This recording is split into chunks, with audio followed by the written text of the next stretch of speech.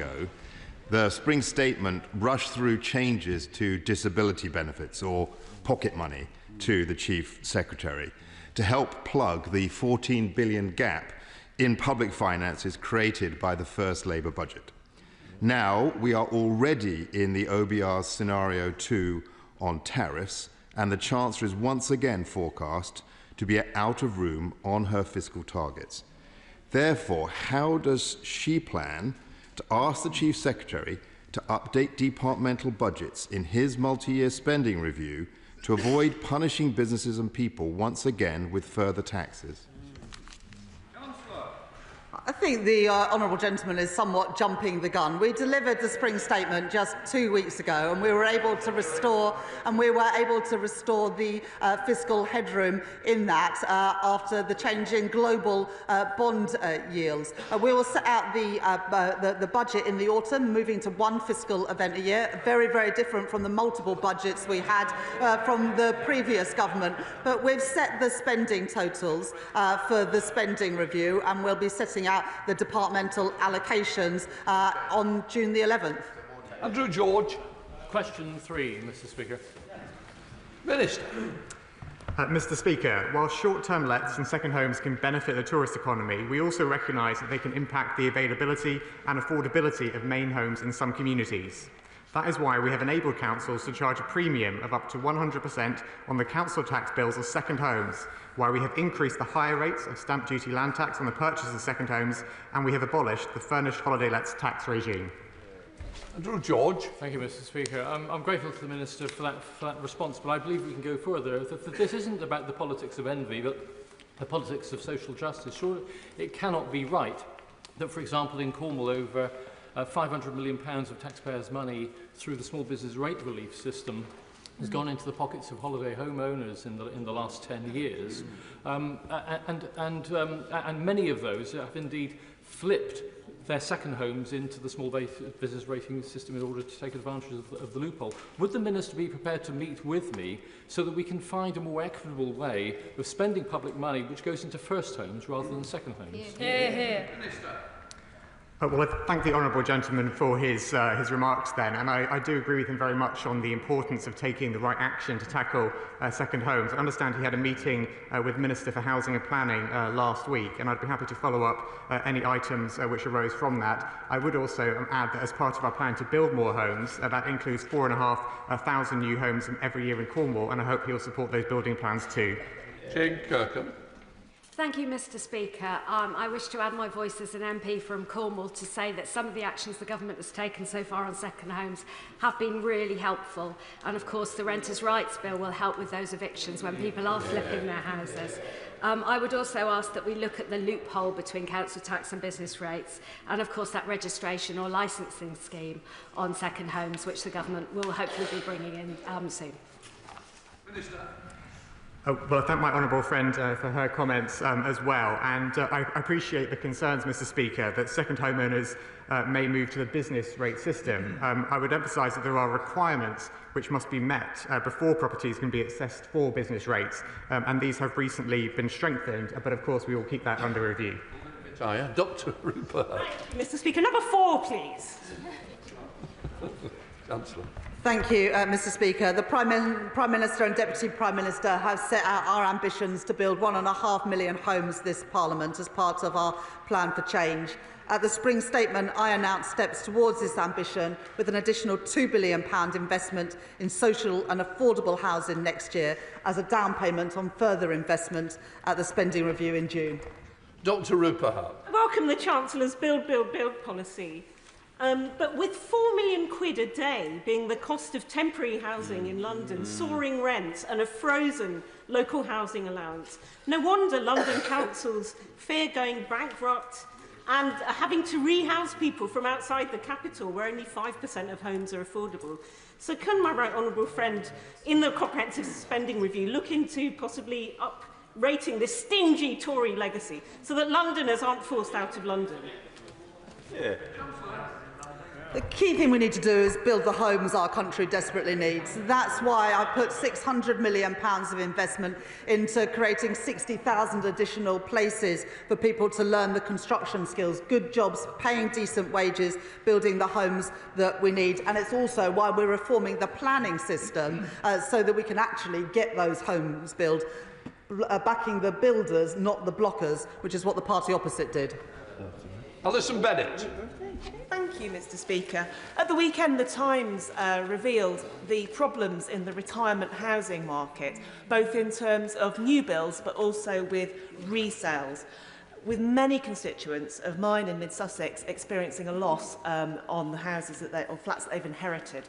Does the Chancellor consider that the housing market is adequately providing decent, affordable homes for those who are downsizing as well as for first-time buyers? Thank the Honourable Lady for that question. I'd be very happy to arrange a meeting for her with the relevant minister to discuss some of those specific issues around those retirement properties. But the Honourable Lady makes a really important point that we do need to make it easier for people to downsize, to free up those properties, including in the private sector, so there's more homes available for families. Food. Number 5, please, Mr. Speaker. Thank you, Mr. Speaker. Securing economic growth across the country is the government's #1 mission, and we're working in partnership with the Mayor of the North East, providing the North East Combined Authority with an integrated funding settlement from 26-27 and working with them on their local growth plan. Emma Foodie.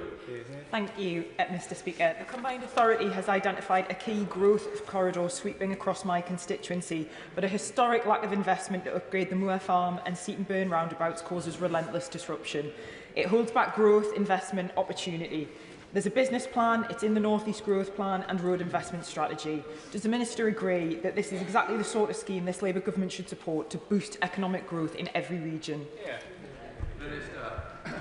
Thank you, Mr. Speaker. The government is committed to improving roads. We agreed a £4.8 billion settlement for national highways and funded a £500 million uplift for local roads in this financial year. Funding for the RIS3 programme that she mentioned will be considered in phase 2 of the spending review, and I'd encourage her to continue to engage with the Roads Minister on this issue. I presume Mr Lamont thinks it's North East Scotland rather than North East of England. John Lamont. Thank you, Mr. Speaker. This government decided to cancel the A1 upgrade, which will harm the economy not just in the North East of England, but in the south of Scotland. So what economic impact assessment did the government take before deciding to cancel this vital road link? Nice try. In terms of North East growth, I've already said that we're working very closely with the Mayor of the North East, and I suggest that he asks questions about roads in transport questions relevant to his part of the country. I now call the Minister to answer Alistair Carmichael's question on the potential impact of changes to the agricultural property relief and business property relief on farmers, which was omitted in error from the earlier versions of the order paper. So can I... Alistair Carmichael. Speaker. Oh, right. Sorry. Yes. Right, thank you, Mr. Speaker. Mr. Speaker, as the Minister with responsibility for the UK tax system, I have had several meetings with organisations on this matter since the autumn budget last year. On February the 18th, the Minister for Food Security, Rural Affairs and I met with the National Farmers Union, the Tenant Farmers Association, the Country Land and Business Association, the Central Association of Agricultural Valuers, Ulster's Farmers Union, NFU Cymru, NFU Scotland and the Farmers Union of Wales. Alistair Carmichael. I thank the Chancellor's human shield for that answer. But I have to say that the fact that the Chancellor sitting on the Treasury bench wasn't prepared to stand up and answer for herself demonstrates a distinct lack of respect bordering on contempt for her farmers. Will she not meet the farming unions, the banks, the professional organisations, even the supermarkets themselves, to hear why they all think that her calculations are wrong? If the Minister wants to ask her before he stands up, I'm sure we'll all allow him a second or two. Not the most dignified question from the right honourable gentleman. Mr. Speaker, I, on the Chancellor's behalf, have met numerous organisations about this matter, including those I listed a moment ago, including the Right Honourable Gentleman himself when he came to the Treasury to meet me, and, of course, extensive debates in this place. Mr. Speaker, we may not agree on the way forward, but I don't think anyone can accuse us of not having listened. Then good job. Question number 6, Mr. Speaker. Minister, sir. Thank you, Mr. Speaker. Increasing investment, both public and private, in the UK is the government's absolute priority. It is the route to restarting badly needed productivity and wage growth. As the honourable member will know, at the International Investment Summit, companies committed to a record-breaking £63 billion worth of investments. This is set to help create around 30,000 jobs. Good job. Thank you, Mr. Speaker, and thank the Minister for that answer, and particularly that it's their top priority, because on the 17th of October, the government announced that they had got this £63 billion, and we've heard from the Chancellor that she's going to act decisively. So I just want to check her track record on that. You've had 6 months, you've had £63 billion. How much money has gone out of the door for those oven-ready projects across the country? Thank you for that question. Now, I'm a very good colleague of ministers and will be excited to know that the Business Secretary will be announcing that some projects are already in the ground, shovels going into the ground in the coming weeks. And what I'm not going to do is preempt that today. Matt Weston. In a recent PwC survey, it showed that the UK is now the second most attractive investment destination amongst global chief executives, ahead of countries such as China, Germany and India. This shows that the government's careful stewardship of our economy has led to stability amongst the global landscape. Does the Chancellor agree with me that the UK is now open for business after years of Conservative chaos? Well, my honourable friend consistently asks good questions that go to the heart of the matter. If I look back over the last 14 years, what I see is that British business investment has been the lowest in the G7 year after year, and we are going to put that right. Sonny Cullity. Question 8, please, Mr. Speaker. Thank you, Mr. Speaker. The growth mission is the central mission of this government. At the budget, we delivered a £1.1 billion cash increase to the transport budget for 2025-26 compared to 24-25, representing a 1.5% real terms increase. We will set out further spending plans for transport in June. Thank you, Mr. Speaker. What value does my right honourable friend expect the recently announced and much anticipated Portishead and Pill railway line will add to the local economy of my constituency of North Somerset? Firstly, can I congratulate my honourable friend for his campaigning on this issue and declare that as the neighbouring constituency there may be some indirect benefit for my constituents. But I can confirm to the House that the project supports both regional and national strategic objectives. The West of England is the most productive city region outside of London and is set to continue to grow. An efficient and reliable rail link between Bristol and Portishead will support a range of large and small sites for housing and employment across the region, halving journey times and opening a wide range of job and leisure opportunities for the residents of North Somerset. Martin Vickers. Thank you, Mr. Speaker. If steel production ceases or is curtailed at the Scunthorpe Steel Works, there will be a massive impact on the wider economy in northern Lincolnshire. Could the Minister give an assurance that contingency plans, including improvements to transport infrastructure, are in place should the worst happen?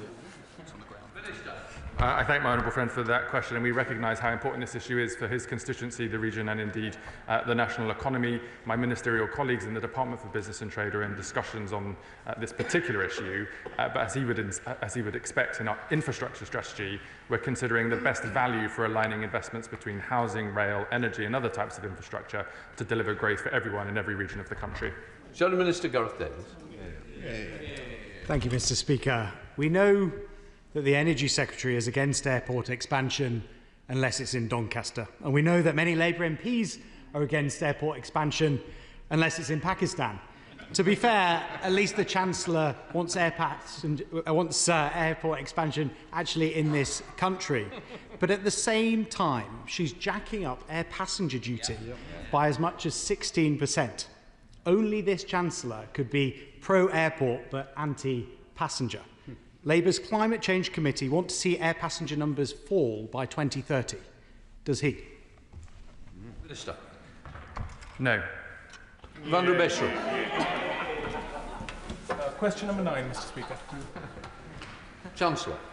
I thank my honourable friend for that question. The National Wealth Fund has had constructive meetings with all of our mayors, and we have given a mandate to the National Wealth Fund to work with mayors on tailored offers for their communities. I'm meeting with Mayor Andy Burnham later today to take forward that shared objective to ensure that growth is generated everywhere and felt in all parts of our country. Van der Besser. Mr. Speaker, as a fellow North Western MP, I'm sure you will share my pride that the banks of River Mersey were the birthplace of the Industrial Revolution, and my constituency of Stockport continues to be a hub for innovation. We have many fantastic businesses in Stockport, including KNDS and the Heatons. They manufacture military bridging systems and the Boxer armoured vehicle for the British Army. Can the Minister outline how the National Wealth Fund will fuel economic growth in Stockport and also the investment we need in our local infrastructure? I thank my honourable friend. I visited Stockport with my honourable friend and with the mayor last year to see the regeneration work that's happening there, linking new investment in housing with transport infrastructure as well. And I'd like to thank my honourable friend for his leadership. Last month, alongside the increase in defence spending to 2.5% of GDP, we've also set the National Wealth Fund strategic direction with a focus on support for the defence sector through dual-use technology, creating more good jobs in all parts of the country, including in Stockport. Sir John Hayes. Thank you, Mr. Speaker. Economic policy should benefit all regions of Britain, including rural counties like Lincolnshire, where we grow a disproportionate amount of the food that feeds the nation. So does she recognise that in an age where the two biggest economies in the world are protecting their industries, including agriculture, that the time has come to reinvest in manufacturing, to consume more of what we produce here in Britain, and to echo the Liberal Democrats' call to buy British? That means using government procurement to back British jobs, British products, British workers. My right honourable friend, the Chancellor of the Duchy of Lancaster, has set out new reforms for procurement rules to enable just that. We want more British businesses to win contracts. We want more small businesses in Britain to win contracts. Businesses in all parts of the economy, including in food and farming. And in farming, we gave a radical settlement of £5 billion in the budget last year to support this important part of our national economy. Dr. Merito. Thank you, Mr. Speaker. There is currently no tram train network from central Sheffield to Outerbridge, Warncliffside, Deepcar or Stocksbridge, nor an operational train service to these areas. My constituents want to see the Sheffield tram network extended to Stocksbridge and connect these rural communities with jobs, education and hospitals, as well as supporting the advanced manufacturing district and steel plant in Stocksbridge. Ahead of the spending review, will the Minister meet with me and the Mayor of South Yorkshire to discuss the next steps to establish the Stocksbridge extension to the Sheffield tram train? I thank my honourable friend for that question, and the Chief Secretary is working closely with mayors, including Oliver Coppard, to understand their priorities for the places that they represent at the spending review in June. We'll continue that work. At the same time, as the right honourable gentleman opposite has said, we are backing the airport at Doncaster, bringing more good jobs to South Yorkshire. Anna Sublime. Question 10, please, Mr. Speaker. Sorry, Sammy Wilson, I forgot about him. He's not standing. Come on, Sammy. Thank you, Mr. Speaker. Perhaps the Chancellor could tell us what discussions he has had with the Northern Ireland Executive to ensure that the National Wealth Fund is used to promote economic growth in Northern Ireland, but does not agree that really the big impediment to growth is the fact that she's taxing businesses to death. Yep.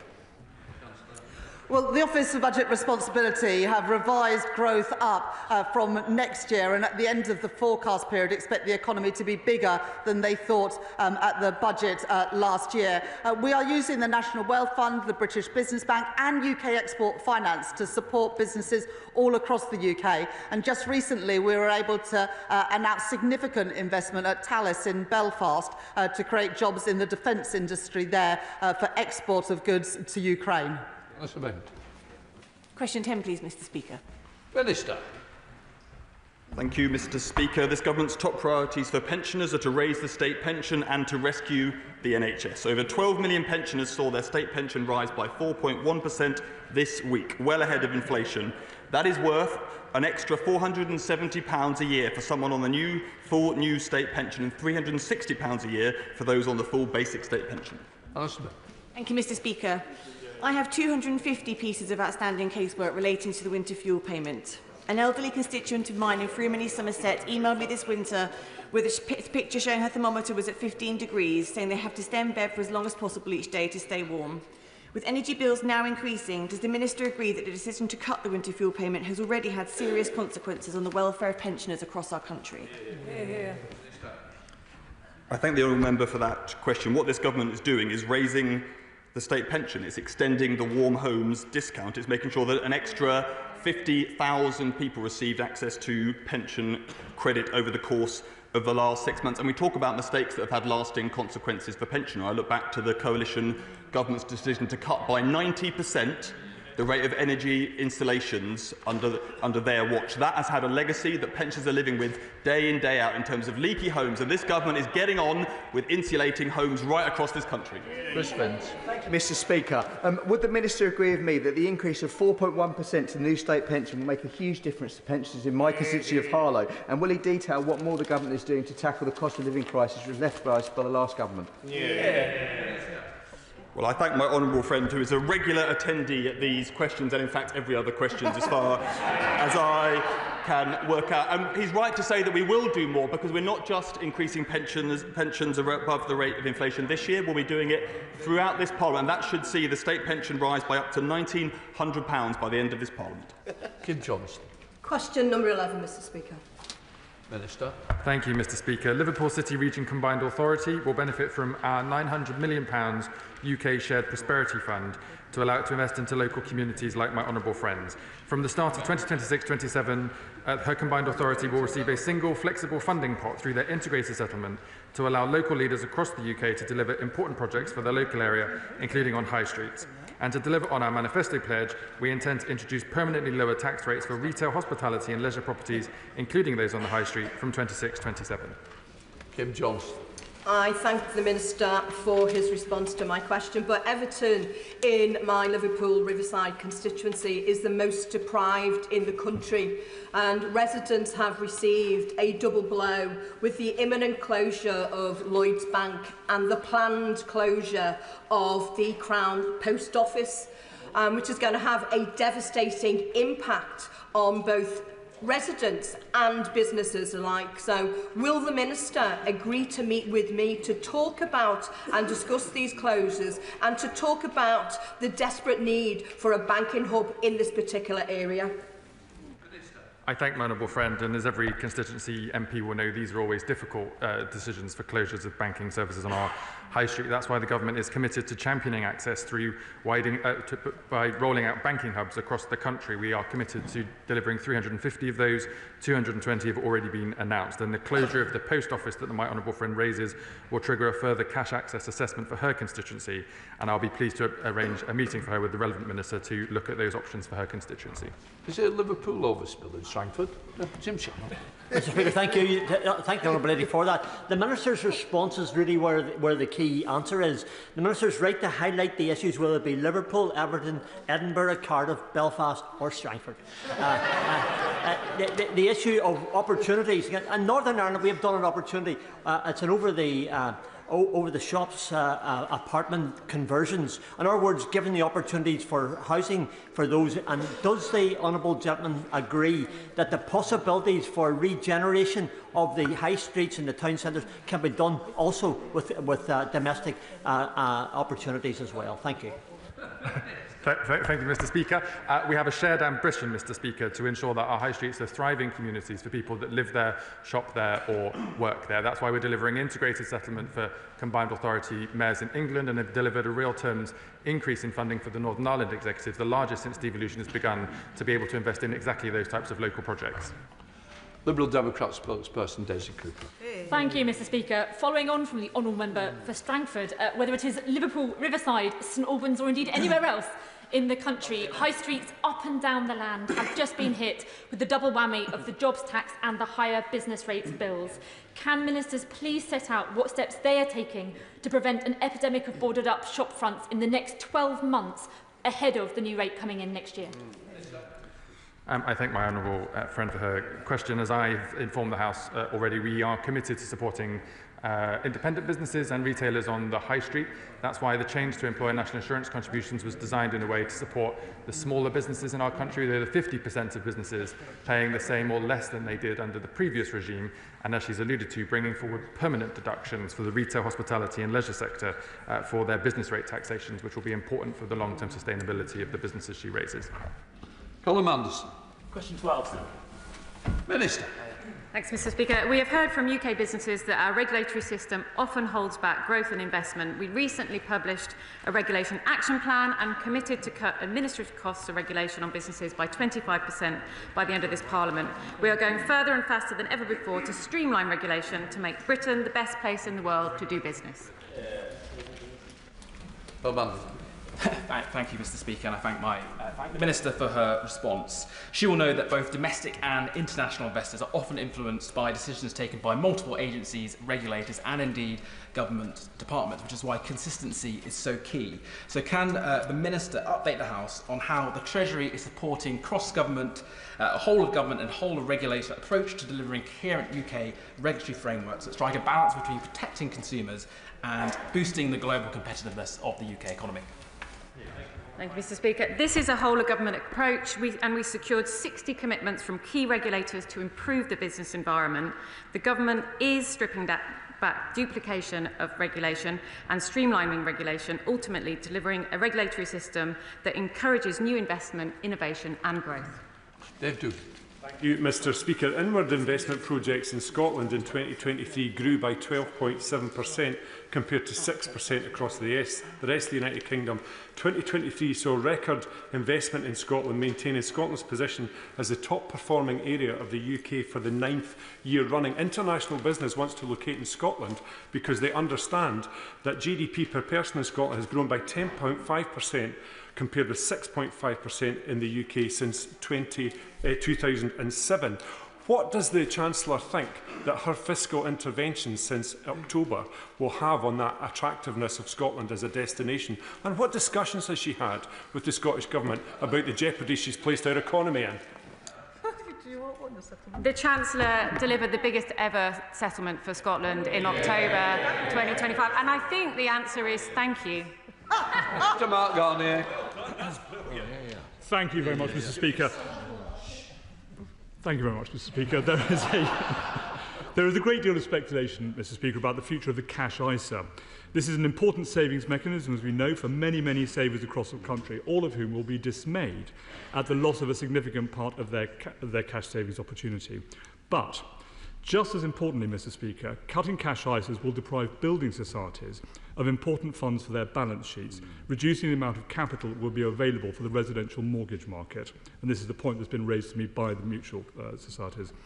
Mr. Speaker, given that this will have a profound effect on mutuals' ability to raise debt capital, what research has the government undertaken to establish the extent of the damage this measure may inflict on the residential mortgage market, not least important for all our constituents, but also crucial for the 1.5 million new homes the government is proposing to build? I work very closely with the mutuals and other financial services firms, and I think he is slightly jumping the gun here, if he doesn't mind me saying.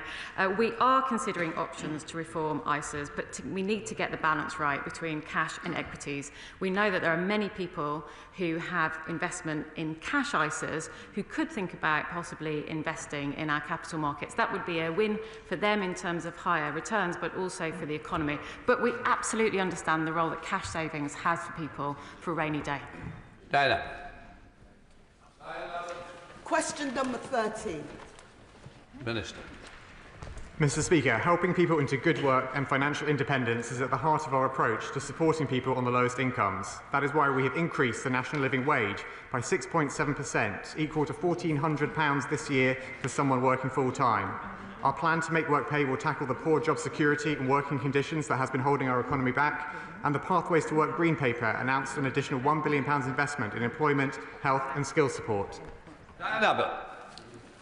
It's all very well for the Minister to talk about helping people into work, but is he aware of the many millions of people on PIP who rely on that PIP to work, and yet it's the PIP that is going to be slashed as a consequence of the Spring Statement?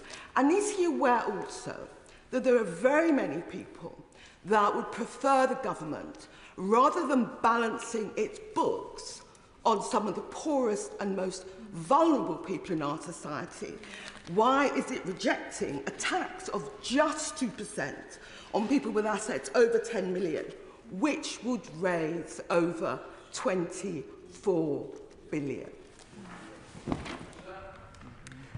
Mr. Speaker, at the autumn budget last year, the Chancellor announced a series of reforms to fix the public finances in as fair a way as possible, making sure the wealthiest in our society pay their fair share of tax. The welfare reforms announced at Spring Statement are principled reforms to help get people back into work, because work is the best way out of poverty, whilst also providing that support for those who need it and making sure the system is sustainable for the future. Franklin. Early this year I spoke to my local CAP debt support team in Guildford, and they explained to me how they are supporting many low-income individuals out of debt who no sooner as they are out of debt, they start accruing it again because universal credit is insufficient to cover their basic needs due to the cost of living in an area like Guildford. What work has the Minister done to assess whether universal credit levels are sufficient to cover the varied and increasing basic living costs across the country and preventing people from the lowest incomes from going further into difficulty and debt? Well, Mr. Speaker, the government has already taken action with respect to the fair repayment rate, which lowers the cap of deductions on universal credit to 15% from 25% that it was before the autumn budget last year. That will benefit 1.2 million households by an average of £420 a year, including 700,000 of the poorest families with children benefiting as a result of that change. Shadow Minister James White. Thank you very much, Mr. Speaker. Businesses have just been hit by the Chancellor's £25 billion jobs tax, which will cost working families £3,500, as well as nearly doubling business rates for hospitality and retail businesses. How does imposing taxes that the OBR say will result in lower wages, higher prices and fewer jobs help growth and those on the lowest incomes? And will the Chancellor keep her promise not to come back with more taxes in this Parliament? Mr. Speaker, the Shadow Minister talks about business rate support, and I might remind him that if we had carried on with the plans inherited from the party opposite, business rates relief would have ended entirely this month. It is only thanks to the decision of this government that rates relief is continuing for this year, ahead of permanent reforms, permanently lower tax rates of retail, hospitality and leisure premises on the High Street from April 2026. That is thanks to the decision this government has made. Question 14, Mr. Speaker. Minister. Sorry, Mr. Speaker. Mr. Speaker, with permission, I would like to answer this question together with, I think, question 24, but I lost track slightly of the 19, in fact. That's a great suggestion, Mr. Speaker. May I take you up on that? Mr. Speaker, the government is committed to making sure the wealthiest in our society pay their fair share of tax, and that is why the Chancellor announced a series of reforms at Autumn Budget 2024 to help fix the public finances in as fair a way as possible. These included increasing the rates of capital gains tax, increasing air passenger duty for private jets, and raising stamp duty for buyers of second or more homes. Thank you, Mr. Speaker. Analysis from a number of disability groups shows that the Pathways to Work Green Paper will have a detrimental effect on over 3 million people.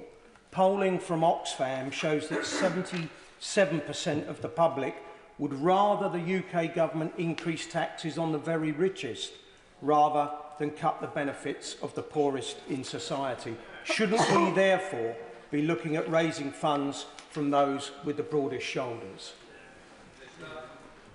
Mr. Speaker, as I made clear in my earlier response, the government's already made changes to make the tax system fairer and make sure the wealthiest pay their fair share. The reforms to the welfare system are principled reforms to tackle the perverse incentives that encourage inactivity. We need to be supporting those in most need, getting people back into work wherever possible, and protecting the sustainability of the welfare system. Mr. Speaker, and let's be frank and let's not spin it. For 14 years, We have seen austerity that has ripped the heart out of communities. And then we had a global pandemic where inequality was accelerated. And we still are feeling the effects of a cost of living crisis that is making ordinary people poorer. The public don't want cuts, they don't want austerity. What they do want is an annual wealth tax on the very wealthiest in society. Isn't it time that we have a government that does something different, gives people what they want and is willing to redistribute wealth for the benefit of many in society and improve living standards? Mr. Speaker, I politely suggest if my honourable friend thinks that we are imposing austerity, he hasn't read the budget very carefully. There are increases to revenue spending in all departments. There are across the public spending envelope. There is an increase in capital investment. We're making sure that we're building for the future whilst protecting our fiscal rules. And let me be clear, Mr. Speaker, those fiscal rules are not a nice-to-have addition to the way that we approach the economy. Fiscal irresponsibility has a huge cost, as we saw under the previous government. Mr. Speaker, we support the government in trying to determine a fair level of tax, especially amongst the very wealthy. But would he agree that in determining the possibility of a wealth tax, would he establish, if they can, the number of people that may leave the country as a result of that and therefore pay no income tax whatsoever? Well, Mr. Speaker, the honourable gentleman makes an important point that we need to make sure the wealthiest in society pay their fair share, whilst also making sure that we attract talent from around the world to come to the UK, to work here, to invest and to help grow our economy, because it is on the back of that investment and that economic growth that will make people across the UK better off by getting more money in their pockets. Sir Julian Lewis. Number 15, Mr. Speaker. Sir Julian. With permission, Mr. Speaker, I'd like to answer this question together with number 16. The government understands the importance of in-person banking to communities. We're working closely with the industry to roll out 350 banking hubs across the UK. Over 220 hubs have already been announced and over 135 of those are already open. Sir Julian Smith. Rural communities such as Settle in North Yorkshire are really struggling from this loss of face-to-face banking services. Link hubs, one route for them to replace banks that are closing. Could I urge ministers to do what they can, I accept it's an independent organisation, with Link to help them relax the criteria for rural communities, allowing them more face-to-face banking services? I thank him for that question. I'd be very happy to meet if there was a specific banking hub that had been considered that he'd like to discuss. We do work very, very closely with Link. He will know under his government, under FSMA 2023, the legislation was passed that Link and the financial service sector and the FCA ultimately have the power over the criteria, and that's not something that we're planning to change. Lewis Cocking. Thank you, Mr. Speaker. How does the Minister plan to make it easier to establish banking hubs in our communities where we've lost all of the banks? Now, I did have a meeting with the previous Minister, but she left government before that meeting could take place. Would the Minister agree to meet with me so I can discuss about a banking hub in my constituency of Broxbourne, in particular the town of Cheshunt? Always happy to meet colleagues and happy to meet the honourable gentleman. Method. Thank you, Mr. Speaker. The criteria that's applied by Link is too strict, and banks are being unable to walk away from their customers. And in autumn, we've had a salami slicing process of banks gradually leaving the high street, but because we have a building society, we can't ask for a hub. Would you undertake to review this, the Link's approach to this, because it is leaving customers with difficulties in actually carrying out their banking businesses? As I said in my previous answer, we don't have any plans to change the Link criteria. That is a matter for Link. But there are some flexibilities in the way that they apply this criteria, depending on the local population and travel times to nearby bank branches and indeed the number of small businesses in an area. So I would be happy to meet with my honourable friend if that is something of concern to him. Come to Topicals, Douglas McCallus. Please, Mr. Speaker. Thank you, Mr. Speaker, and you shocked me by moving to topicals so quickly that I've now found my page ready to be able to answer them. From ferries to the National Care Service, we've seen failure after failure from the SNP in Scotland, including a track record of waste. In contrast, this Labour government is tackling waste and investing in frontline services like our National Health Service, which has seen waiting lists for every month for the past 5 months in England. We hope that the people of Scotland will soon have the opportunity to experience such transformation. Douglas McCallum. Thank you, Mr Speaker. The Chancellor set out a clear plan to drive better value for taxpayers in the spring statement, including through the Transformation Fund, which will transform frontline delivery while making savings in the long term. Does the Chancellor agree with me that this is in stark contrast to the SNP Scottish Government's record of waste?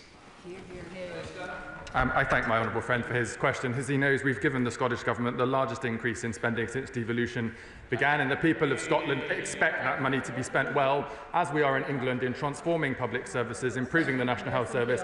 But they may have to know, given the SNP are not here in the chamber today, that they'll need to elect a Labour government in Scotland later next year. So the Chancellor Melstrap. Thank you, Mr Speaker. Mr Speaker, it was obvious to many before the emergency budget that the President of the United States was going to be slapping tariffs on our exports. So could I ask the Chancellor why it was that she came forward at the emergency budget with a recklessly slender sliver of headroom, the same headroom that she had at the time of the autumn budget, which proved then to be entirely inadequate. She blew it and more due to her disastrous economic choices.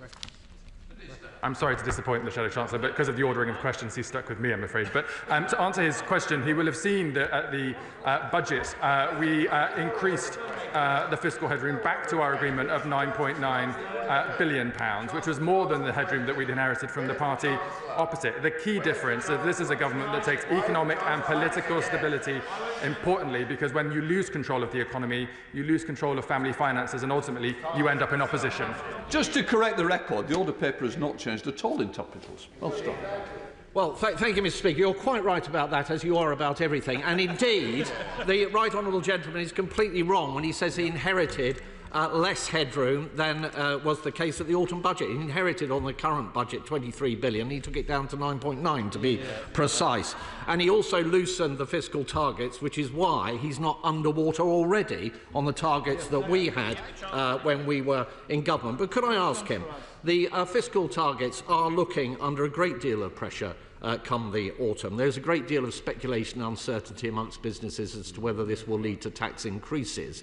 Could he take away that uncertainty now, particularly given the tariffs and all the uncertainty that is vested in that, to make it clear at that dispatch box there will be no further increases in taxation of businesses this Parliament?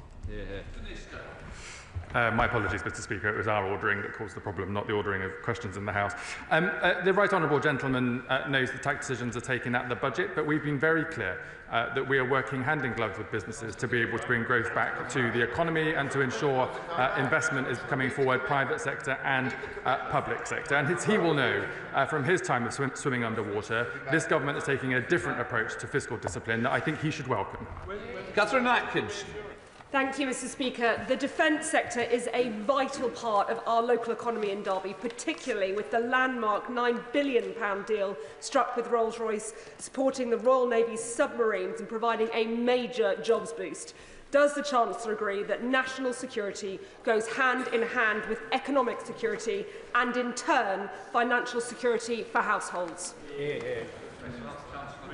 I thank my honourable friend for that question. The first duty of any government is to keep the nation safe, and that is why we're increasing defence spending as a share of GDP to 2.5%, the biggest sustained increase in defence spending since the end of the Cold War. And of course, Derby has a vital role to play within the UK's defence sector, particularly in nuclear engineering and aerospace, as demonstrated by the landmark £9 billion deal with Rolls-Royce, which will create up to 1,000 jobs in the city and protect thousands more. The Liberal Democrat spokesperson, Daisy Cooper.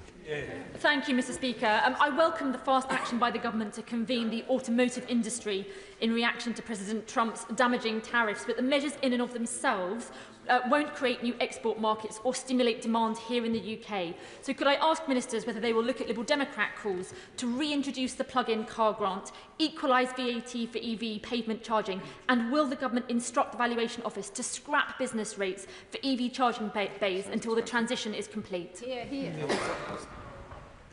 We announced support which was very much welcomed by the automotive sector yesterday around the phase-out of internal combustion engine cars, giving much more flexibility around the allowances, more flexibilities around plug-in hybrid vehicles. All of that is welcome, but of course we're keeping a watching brief, as well as trying to ensure that there are new markets for cars made in Britain, in other countries around the world, by securing more trade deals. Oliver Ryan. Thank you, Mr. Speaker. What is the Chancellor doing to support businesses and to boost wages in towns like Burnley, Padiham and Briarfield, forgotten by 14 years of the previous government? I thank my honourable friend for that question, and he's doing great work supporting local businesses in Burnley, including the digital marketing start-up Door4, which I know that he's been championing. Vicky Slade. Thank you, Mr. Speaker. I've been contacted by many local businesses, including the Cross Keys pub in the Holt Heath National Reserve and the Bear Cafe in Wimborne. 2 different venues, 2 different locations, both telling me that these are the most extreme trading conditions seen in hospitality ever. With national insurance, minimum wage and energy and food costs, will the Chancellor consider a reduction on VAT on hospitality sales to protect high streets, local producers and save our communities? Mr. Speaker, I'm unclear if the Honourable Lady is opposed to the increase in the national minimum wage from her remarks just then, but she should know that we've extended support for businesses in terms of business rates relief this year, which would have ended entirely under the plans that we inherited from the previous government, ahead of permanently lower multipliers for retail, hospitality and leisure premises on the High Street from April 2026. And Tomlinson. Thank you, Mr. Speaker. As a North London MP, I know that tackling the high housing costs in this city is a priority for my constituents, and it's my belief that one route to doing that is to invest in the country as a whole, so we're not just flying on one London-shaped engine. To that end, Mr. Speaker, did you know that Leeds is the largest city in Western Europe that doesn't have a tram or a mass transit system? And that is a damning indictment on decades of economic failure. And I would like to ask the Chancellor, will she do all she can to make sure the Leeds tram can be built as fast as possible so that her constituents and mine can be better off? Here, here. I better declare an interest as a proud Member of Parliament for Leeds West and Pudsey. West Yorkshire Combined Authority is receiving £830 million for transport spending through round 1 of the City Regional Sustainable Transport Settlement, including £200 million for the development of a mass transport system. It's been too long that Leeds has lacked this. Under this government, we'll put that investment in and get those trams running. Thank you, Mr. Speaker. With the jobs tax, the increases in business rates and as a result of US tariffs, it's vital to stimulate the UK economy. So what is the Chancellor's plan, and can she expect us to see interest rates fall? Perhaps if she was listening to the question, Mr. Speaker, she'd be able to answer. Mr. Speaker, I think that was a question about business rates reform, and as the Honourable Lady will know, we published a discussion paper on transforming business rates, which I'm sure the Right Honourable Lady will have read and responded to. I'll look out for her consultation response in what we've received. But transforming business rates, Mr. Speaker, is about making sure that we make the business rate system fit for the future to support investment and business growth right across the UK. Dr. Alison Garland. Thank you, Mr. Speaker. Will the Chancellor join me in congratulating Goodwin International, who are building a multi-million-pound production unit in Newstead in Stoke-on-Trent South, creating up to 100 jobs in defence manufacturing? And does the Chancellor agree that increased investment in defence spending will have a tangible impact on people in my constituency, fuelling jobs and local investment? Yes, Mr. Speaker, and can I congratulate my honourable friend for championing jobs and businesses in her constituency. As she knows, the Prime Minister and Chancellor have confirmed that defence spending will increase to 2.5% of GDP by 2027, and that a minimum of 10% of the Ministry of Defence equipment budget will now be spent on novel technologies like drones and AI, which will create highly skilled jobs and drive benefits to the wider economy, including in her constituency of Stoke-on-Trent South. Richard Holden. Thank you very much indeed, Mr. Speaker. Earlier on in questions, in response to my honourable friend for Grantham and Bourne, the Chief Secretary rejected Labour's Climate Change Committee's advice regarding aviation policy. That also goes directly against what the Energy Secretary had committed to. Who in government should we believe when it comes to aviation policy? Mr Speaker, the honourable member knows that we are supporting airport expansion alongside investment in things like sustainable aviation fuel to be able to reduce carbon emissions from long-haul flight, as well as supporting investment into decarbonised surface transport to help people to get around the country and to their airports. I think maybe the members opposite might want to welcome investment into this country as opposed to talking it down. Honourable. Thank you, Mr Speaker. I would like to ask the Chancellor if she will introduce a 12-month delay to the incoming change in taxation to double cab pickup trucks. The manufacturers and the commercial customers feel they haven't had the sufficient time to adjust to the new changes this month. Would you be able to share with us any impact assessment work carried out on the reclassification of double cab pickups, what effect it would have on the sector in Britain? Well, I thank my honourable friend for her question. But, Mr Speaker, we've engaged with the automotive sector on this issue, and there are generous transitional arrangements in place to mitigate the impact. The government has had to take difficult decisions, but at the autumn budget 2024, we prioritise long-term support for growth-driving sectors, including over £2 billion over 5 years to support the automotive sector. Thank you, Mr Speaker. Ineffective energy trading with the EU is a major barrier for global investors. According to Energy UK, we are losing out on £30 billion of investments in interconnectors alone. What will the government do to improve our energy trading with the EU to unlock this vital opportunity? Mr Speaker, the Prime Minister's Plan for Change sets out our ambitious but achievable target of clean power by 2030. The Clean Hour Action Plan demonstrates the significant investment requirements to reach this target, including in renewable infrastructure and the actions we will take to facilitate this. We've already taken action to remove the de facto ban on onshore wind in England, approved major solar projects and delivered a record-breaking renewables auction. Josh Fenton-Glenn. Thank you, Mr Speaker. The last government left 4.5 million children in poverty, but like many colleagues, I'm alarmed that the impact assessment of the Spring Statement suggests that that number will rise, not fall. So can the Minister tell me when we can expect the results of the Child Poverty Task Force, and will it be delivered in time to influence decisions in the spending review?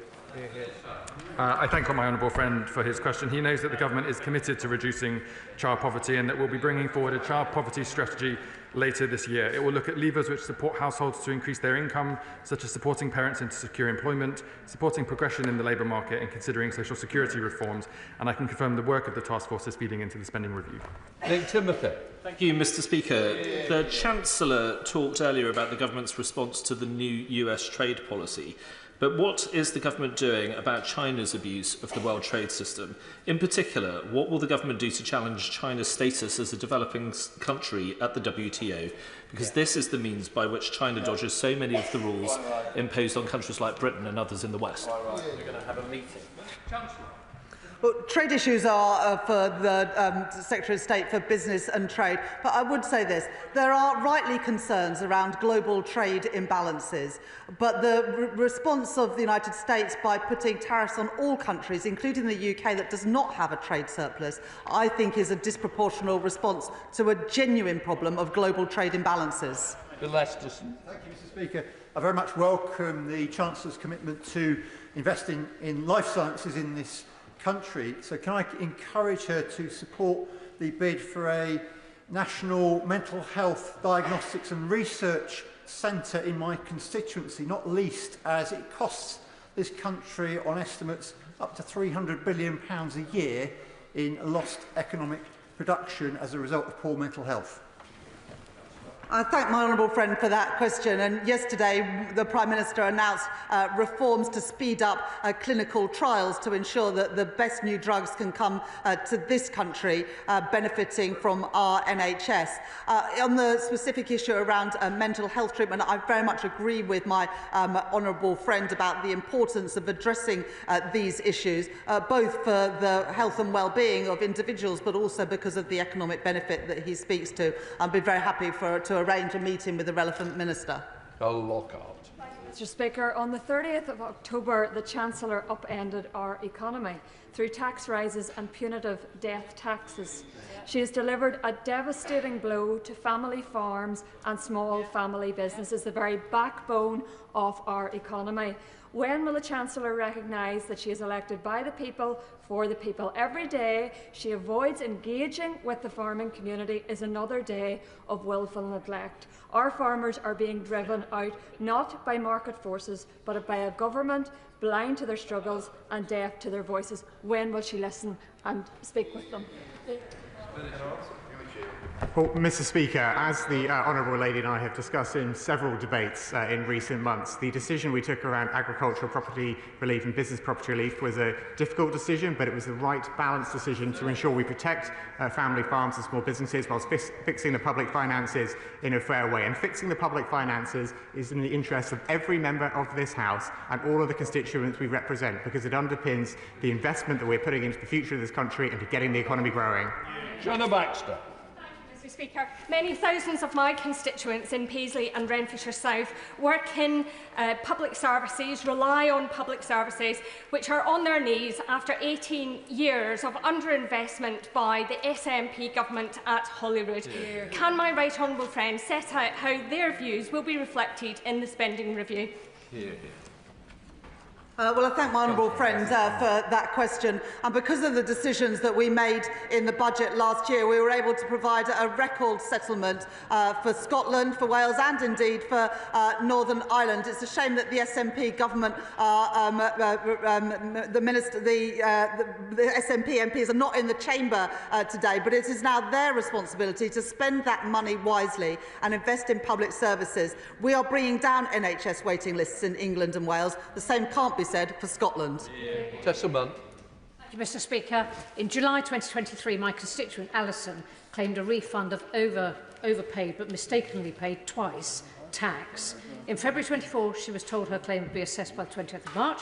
In July 24, she was told 22nd of October. In December, she was told she couldn't have a date, but the department had definitely received her claim 16 months previously. She's heard nothing since.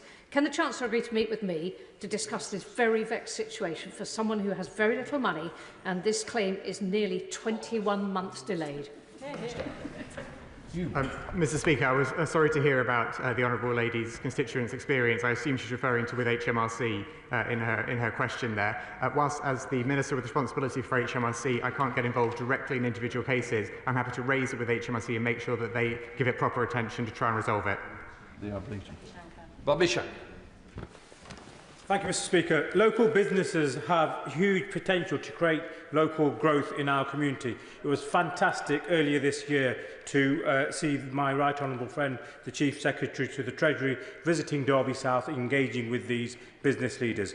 Does the Minister agree that continued engagement with business leaders is absolutely key to building the business confidence that we so desperately need and was shattered by the previous government? I thank my honourable friend for his question and for the invitation to join him in his constituency. I enjoy very much the regional reception with business leaders, as I have done in every region and nation across the country during this spending review. We'll continue to work hand in glove with them to unlock investment, create jobs and create growth for everybody across the whole country. Jim Allister.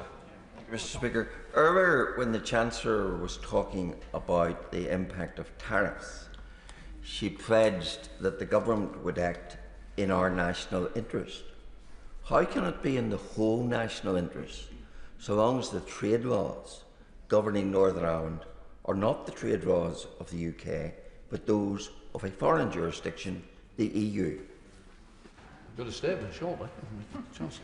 Well, of course, we inherited the settlement made by the previous government. As the honourable member will know, there is a summit between the UK and the EU on the 18th of May where we are looking to reduce the barriers to trade between the whole of the United Kingdom and the European Union. We recognise the specific issues around Northern Ireland, particularly in regards to the response to the tariffs, and we'll continue to work with the executive there to ensure that we get the best outcome for the people of Northern Ireland.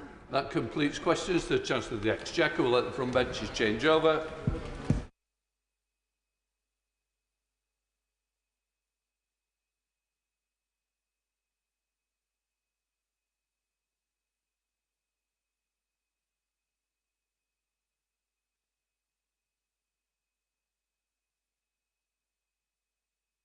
Right, we come to the urgent question. Alex Bogart. Thank you, Mr. Speaker. To ask the Secretary of State for Northern Ireland if he will update the House on the likely impact of EU tariffs on the US on the Northern Irish economy. Secretary of State. Thank you, Mr. Speaker. I'm grateful to the honourable gentleman for his question. As the Prime Minister has said, tariffs are not good news for anyone, and no one wants a trade war. The government is doing everything possible to keep Britain secure during this new era of global instability, and it will always act in the best interests of businesses in Northern Ireland. As part of our customs territory and internal market, Northern Ireland exporters are facing a general 10% US tariff and a 25% tariff on steel, aluminium and cars, like other exporters across the United Kingdom. Northern Ireland is not, therefore, uniquely disadvantaged. We are, of course, preparing for the EU's next move and any possible retaliatory tariffs that they may or may not introduce, as well as considering the impact new EU tariffs would have on Northern Ireland businesses importing from the United States of America, because under the Windsor Framework, the EU tariff would apply. As honourable members will know, however, because of the Windsor Framework, businesses can reclaim any such tariff through the existing duty reimbursement scheme in cases where US imports into Northern Ireland do not then enter the European Union. The customs duty waiver scheme also allows duties to be waived entirely, subject to an overall limit. These schemes work in our national interest, and HMRC is continuing to talk to and support any businesses that might be affected to help them understand how to use the duty reimbursement and customs duty waiver schemes. The Minister for the Cabinet Office has talked about all this with EU counterparts in recent days, because the government is fully aware of how sensitive this issue is for businesses in Northern Ireland. Mr. Speaker, what we need in these circumstances is a calm and considered response, and that is what the government will continue to provide. So, Secretary of State Alex Back. Thank you very much, Mr. Speaker. Thank you also for granting this urgent question. It's incredibly important that this House has the opportunity to question the government on this issue before the Easter break and before the implementation of these tariffs. I have to say at the outset, I have enormous respect for my opposite numbers in the Northern Ireland office, but it is totally unacceptable that we should have gotten to this stage in proceedings without a minister coming to the House to update us on the likely impact on businesses in Northern Ireland of this emerging tariff war between the US and the EU. And this is coming, as the House will know, off the back of considerable damage done to the economy in Northern Ireland by the budget last year, by the increases in national insurance contributions, and by the changes to national minimum wage, which have completely undermined business confidence and which are driving unemployment in the region. So I ask the right honourable gentleman to answer the following three questions. The first is, has the government by now, a week on from the United States announcement and sometime after the EU's publication of a 99-page of draft tariff responses, has the government done an impact assessment of what this means for the Northern Irish economy and for businesses in Northern Ireland, and will he publish it? Second, he mentions quite rightly the duty reimbursement scheme, which would allow businesses importing, taking goods from GB to NI, having to pay the EU tariff to reclaim that tariff. That scheme is now going to be put under enormous pressure. It's going to have to deal with volumes not foreseen when it was originally put together. Does the Secretary of State have complete confidence that it is going to be able to reimburse businesses in a timely fashion so as not to disrupt trade? And third and finally, because Northern Ireland remains within the EU's custom code, affected Northern Ireland businesses buying affected goods will have to pay EU tariffs. But the same competitor businesses in GB will not. What is the government going to do to ensure that such businesses are not left disadvantaged and that we don't see serious distortions of trade? And with that in mind, Mr. Speaker, will the Secretary of State confirm to the House that in the event that we see a major diversion of trade, his government will be prepared to use Article 16 of the Windsor Framework, which allows the government to take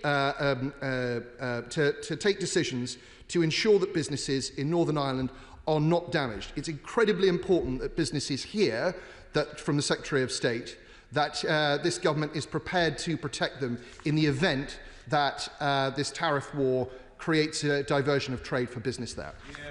Secretary of State. Well, I'm grateful to the honourable gentleman for his questions. I'm slightly surprised by his initial comment because, of course, we touched on this matter in Northern Ireland orals. Only because I raised it. Well, indeed, but we touched on this matter in Northern Ireland orals last week, and, of course, the Business Secretary made a statement to the House last week. To answer his questions, of course, the government has been preparing for and looking at all eventualities, but until we know what the EU retaliatory tariffs are, it doesn't make much sense to publish speculation about their potential impact.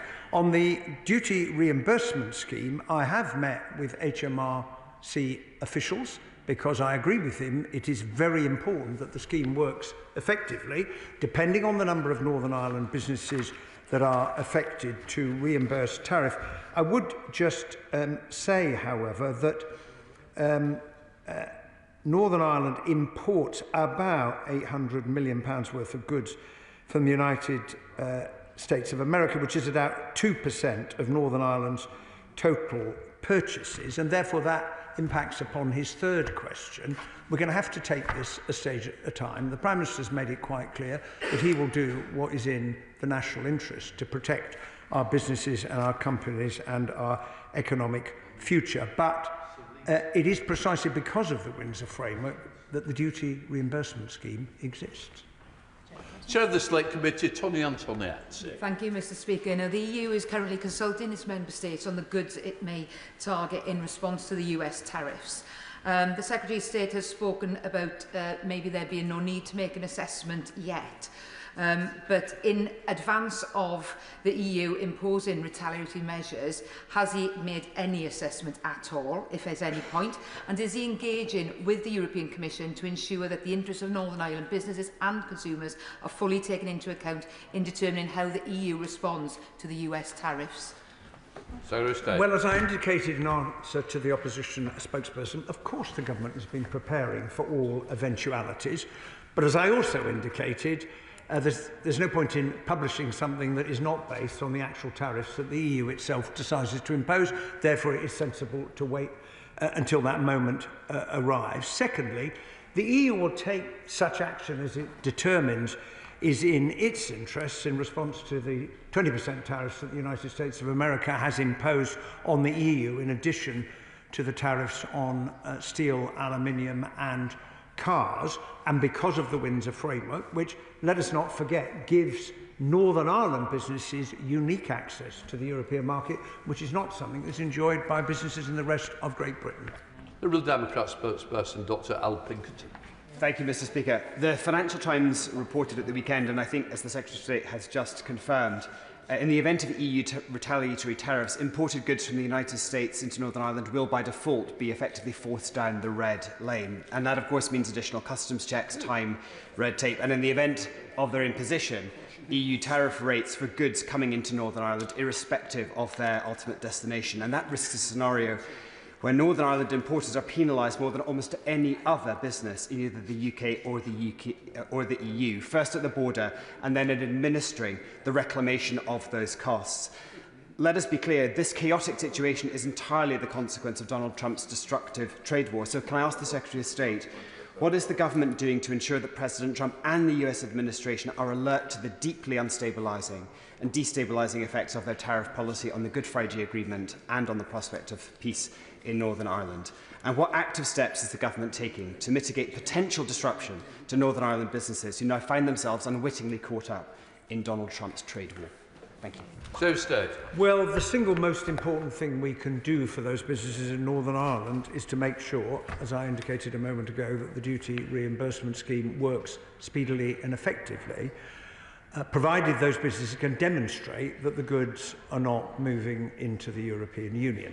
For obvious reasons, because otherwise Northern Ireland would become a backdoor to goods that were seeking to avoid the retaliatory tariffs. I would say to the honourable gentleman that the government will take all steps that are necessary to protect British businesses in the very difficult circumstances that we're facing, including continuing to seek to negotiate an economic deal with the United States of America, which is something we've been engaged on for some weeks now. It remains to be seen what may come out of that, but it is part of the calm and considered approach that the government is taking. Good trader, Mary. Thank you, Mr. Speaker. The complexity of trade relationships on the island of Ireland are a result of Brexit. The importance of working both north-south and is as important as working east-west. Does the Secretary of State agree with me that strengthening relationships, not just with the European Union, but also the Republic of Ireland government, can put Northern Ireland into a pivotal position to navigate this new uncertainty? Well, I say to my honourable friend, we are all having to navigate this new uncertainty as a result of the decision that the US administration has made. It is certainly true that leaving the European Union has created new complexities, and the reason there is a Windsor framework is because there are two entities, the United Kingdom and the European Union, with different trading rules, but an open border. And therefore, some method had to be found to deal with the consequence of that. And as I've said to the House before, trying to wish away that basic fact hasn't really worked. Sir Julian Lewis. It's really important that we keep cool. It's really important that we keep cool heads, and there will be attempts subsequent to my question to relitigate the Brexit wars. The fact of the matter is that the 2019 Brexit deal and the Windsor Framework give Northern Ireland a unique competitive advantage, 10% exports and access to the single market. Can I ask the Secretary of State if he could look, as a Shadow Secretary of State has implied, at a rapid automatic reimbursement scheme, because I think that scheme is the centre of easing tensions should there be retaliation on the EU side. Well, the right honourable gentleman is absolutely right about the benefits that the Windsor Framework has given businesses in Northern Ireland in terms of access to the EU market. I would just say to him, rapid automatic doesn't quite square with the need for the businesses in Northern Ireland that are importing American goods in the eventuality of EU retaliatory tariffs, because they do have to demonstrate that they're not then moving on to the European Union, and that does require them to provide evidence to HMRC in order to get the tariff reimbursed. Scott Arthur. Thank you, Mr. Speaker, and I thank the Minister for his statement. And of course, this situation is a reminder that the people of Northern Ireland were right to oppose Brexit in that referendum, absolutely right. And I'm really disappointed that the opposition started their response to this statement by complaining about the lowest paid workers in Northern Ireland getting a pay rise. Absolutely incredible. But the Minister touched on the trade negotiations between the UK and the United States. Can he reassure us that the situation in Northern Ireland is absolutely at the heart of those negotiations? Well, I'm very happy to assure my honourable friend that the interests of all parts of the United Kingdom, including Northern Ireland, are uppermost in the minds of all ministers in trying to deal with the situation we now find ourselves in. Samuel Wilson. The Secretary of State has said that the EU will take action in relation to tariffs in what is its best interests. But businesses in Northern Ireland expect this government to take action in what is the best interests of the United Kingdom, including Northern Ireland, which is part of the United Kingdom. And he talks about, well, this can be all resolved by the reimbursement scheme. The fact of the matter is the reimbursement scheme has failed. There is masses of information to be produced by businesses. There are delays in payment. Some businesses are waiting for hundreds of thousands of pounds of money to be reimbursed in terms of taxes. So that is not the answer. The answer surely is that the EU or the UK collects the taxes which we impose on American goods and leaves it up to the EU to collect their taxes if they wish to impose them. Well, I would say to the right honourable gentleman in response to that, that what he has just proposed ignores the reality that faces Northern Ireland as a result of the United Kingdom's decision to leave the European Union and the fact there was a problem that had to be solved. And the existence of the duty reimbursement scheme owes the fact of its existence to the Windsor framework itself. It is very important, as I've said to the House, that the scheme works effectively, but businesses do need to provide the information to demonstrate that the goods have not then subsequently moved into the European Union for reasons I think the right honourable gentleman would understand. Lincoln John. Thank you, Mr. Speaker. I'm particularly concerned about the cash flow in the small businesses in Northern Ireland in the event that the EU increases their tariffs. In his discussions with the HMRC, has the Secretary of State established what the average waiting time is for the duty reimbursement scheme to kick in? And is there any prospect of foreshortening that if the quantum of amount of money which is out of the door increases in the event of EU tariffs? Well, I think the honourable gentleman raises a really important point for businesses in Northern Ireland, and as he would expect, I have had precisely that discussion with HMRC. The honest answer to the question, how long does it take? It depends how quickly businesses can provide the necessary information to demonstrate that the goods have not, that they've remained in the United Kingdom and have not moved to the EU. And once that is provided, then the scheme should work effectively. It may help him, however, if I just point out that the custom duty waiver scheme, which is in a separate scheme, does allow up to €300,000 per company over a 3-year rolling average, which will obviously benefit small businesses. And if they come within that heading, then they don't have to pay the tariff up front. Colin Lockhart. Mr. Speaker, sadly today I have heard nothing to give businesses in my constituency of Upper Bann any reassurances that this UK government is prepared to protect them. I recognise it's not good practice to comment on speculation, but it is and would be good practice to leave businesses in no doubt that this government, their government, whom they pay hefty taxes to, will protect them from EU tariffs. We cannot be left in a scenario where businesses are relying on a duty reimbursement scheme which doesn't work. It's taking months to get repayment, so I'd ask the Secretary of State to give more clarity to businesses in Upper Bann that he will protect them. Well, I've done my level best, I say to the honourable member, to set out what the situation is, and we all understand the reasons for them, because Northern Ireland gains from the Windsor framework because of its access. Well, it does gain from its access to the EU market that other parts of Great Britain do not enjoy, but there is a consequence, which is what we're discussing in relation to the imposition of tariffs by the United States of America, which is a decision that the US administration has taken, and all of us are going to have to deal with the consequences. I would also say that HMRC has, of course, been talking already to businesses that might be affected to make sure that they do understand how both the tariff reimbursement scheme and the custom duty waiver scheme work. Robbins. Thank you very much, Mr. Speaker. The government's advice to Northern Ireland businesses seems to be just keep calm and carry on. Well, Mr. Speaker, that gives an awful lot of uncertainty to small and medium-sized enterprises in Northern Ireland. Could the Secretary of State actually give a little more meat to the bone in regards to what this government is actually doing? Because, as he did say, the EU will take actions in its interests. Those actions may not be in the interests of Northern Ireland businesses or consumers. So what is this government actually going to do? Well, I would say to the honourable gentleman, in the circumstances in which this country and many countries around the world find themselves, we are having this discussion because of a decision that the United States administration has taken. We do not control that. What we do have to seek to control is our response to it. And I have tried to lay out for the House today what the position is, what is available to support businesses who may be affected by the EU tariffs once we understand what they are, and we will see how extensive they may or may not be, and then businesses will start to work out for themselves what is the consequence and how can we use the mechanism that is in the Windsor framework of the reimbursement scheme to get back the money that they have to pay in a tariff.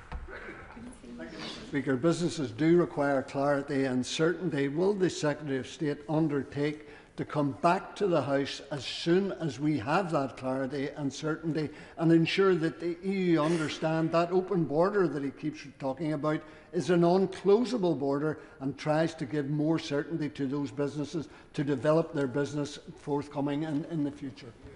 Well, I would say, notwithstanding what we have been discussing today, given that Northern Ireland imports about £800 million worth of goods from the United States of America, which is about 2% of the total purchases made by Northern Ireland, the rest, the 98% of the purchases, are unaffected by any EU retaliatory tariffs relating to goods that are bought into Northern Ireland. And as I travel around Northern Ireland, there are great business opportunities, lots of investment that is coming in. And as I said to the House last week, Northern Ireland has a higher rate of growth than the UK as a whole and the lowest unemployment. Jim Ellis. As Secretary of State for Northern Ireland, is the Secretary of State not embarrassed that he and his government have no control over the tariffs in respect of goods imported into Northern Ireland? And isn't the obvious and inevitable answer to repatriate to the United Kingdom control over trade laws?